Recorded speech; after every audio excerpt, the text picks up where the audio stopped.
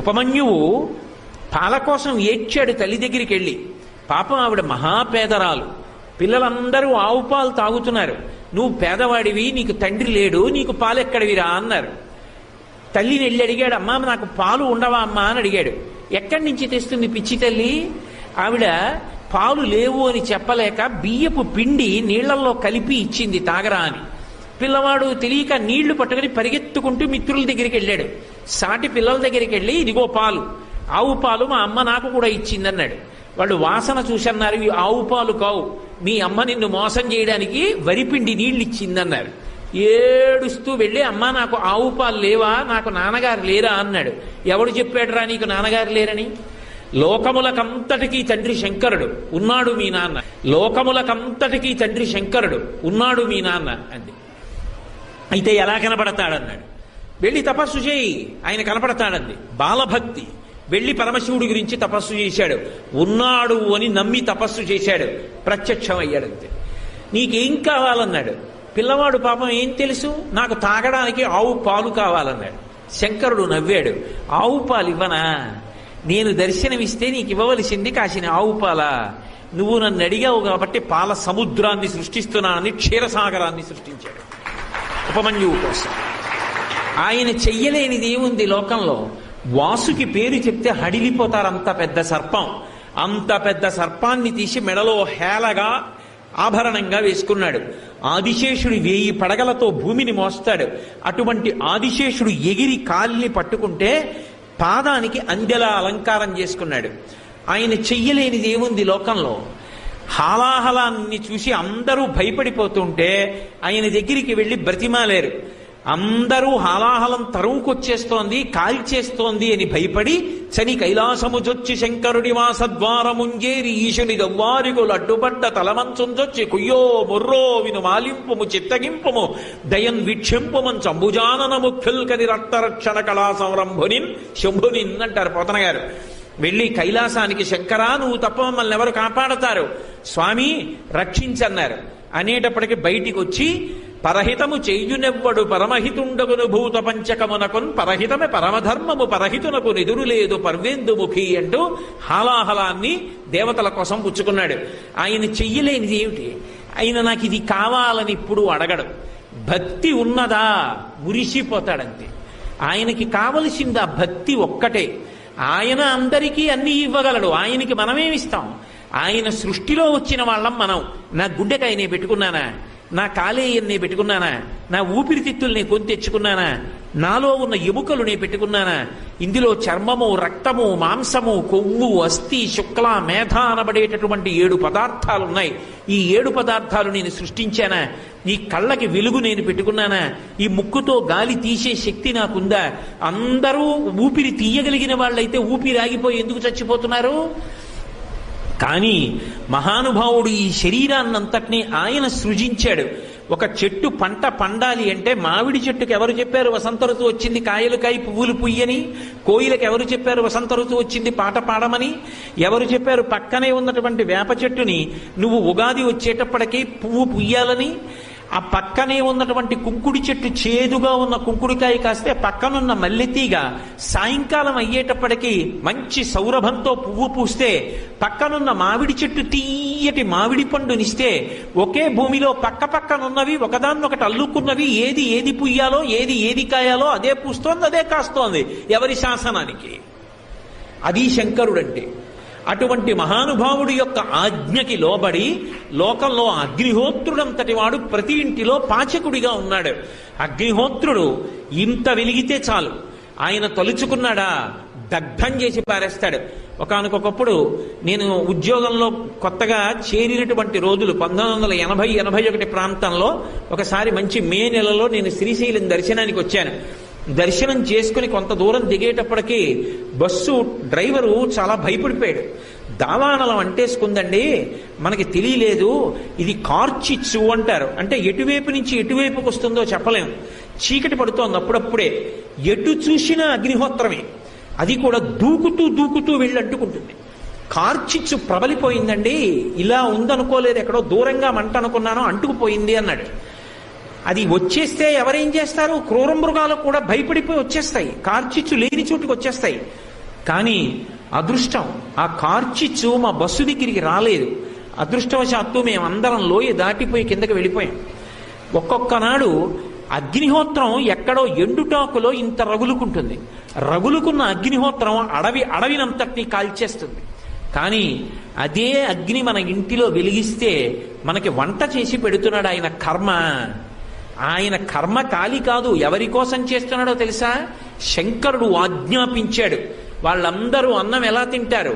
నువ్వు ప్రతి ఇంటిలో వంట బ్రాహ్మణుడవై వంట చెయ్యి అన్నాడు. హవ్యం వహతి దేవానాం కవ్యం కవ్యాసినామపి పాకంచ కురుతే వహ్ని శంకరశైవ శాసనాత్ అని వ్యాసుడు లింగపురాణంలో చెప్పాడు. పరమశివుడు ఆజ్ఞాపించాడు కనుక ప్రతి ఇంటిలో వంట బ్రాహ్మణుడై వంట చేసి పెడుతున్నాడు. పితృదేవతలకి కవ్యమిస్తే, స్వధాకారంతో పిలిస్తే అది పట్టికెళ్ళి పితృదేవతలకు అందిస్తున్నాడు. స్వాహాకారంతో యజ్ఞం చేస్తే ఆ హవిస్సుని పట్టికెళ్ళి దేవతలకు అందిస్తున్నాడు. ఈ 3 మహోపకారాలు అగ్ని ఎందుకు చేస్తున్నాడు అంటే, అదిగో శంకరుడి యొక్క శాసనాన్ని అనుసరించి మనందరినీ కాపాడుతున్నాడు.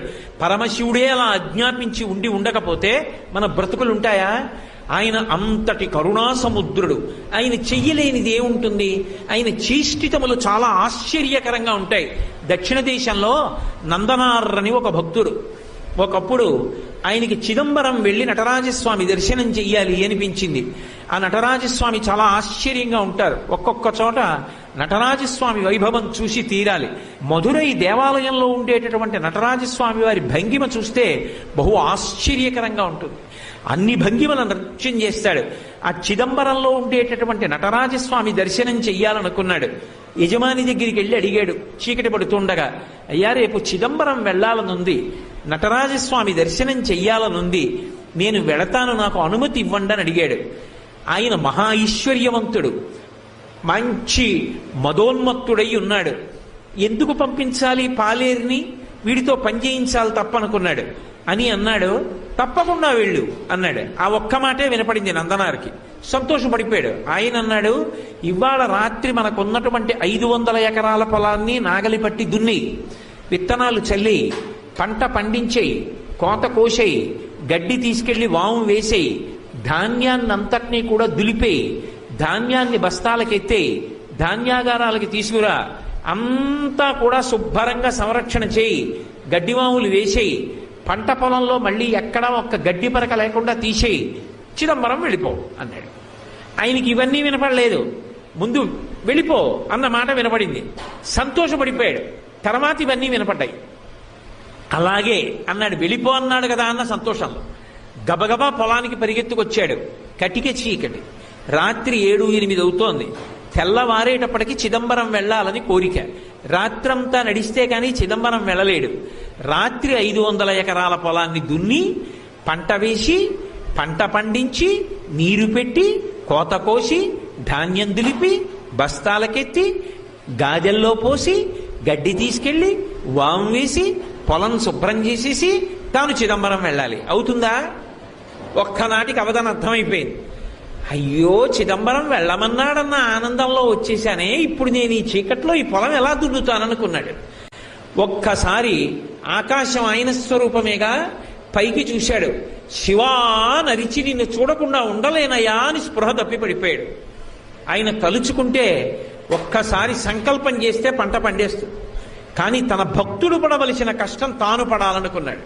కైలాసంలో కొడుకులిద్దరినీ పిలిచాడు. ఒరేయ్ రండి అన్నాడు. విఘ్నేశ్వరుడు, సుబ్రహ్మణ్యుడు, ప్రమదగణాలు, పార్వతీదేవి అందరూ కలిసి భూమి మీదకి వచ్చారు. శంకరుడు స్వయంగా పంచె తీసి పైకి పెట్టి గోచి పోసి కట్టాడు. నాగలి పట్టాడు. ఆయన తలుచుకుంటే ఎంతసేపు భూమి దున్నేశాడు. పార్వతీదేవి విత్తనాలు చల్లింది. విఘ్నేశ్వరుడు కలుపు తీశాడు. సుబ్రహ్మణ్యుడు కోత కోశాడు. పంటంతా పండేసింది. తీసుకెళ్లి ఆ గాదెలో పోసేశారు. గడ్డివాం వేసేశారు. తెల్లవారుతోంది, ఇంకా 2 అవుతోంది. నందుణ్ణి లేపాడు.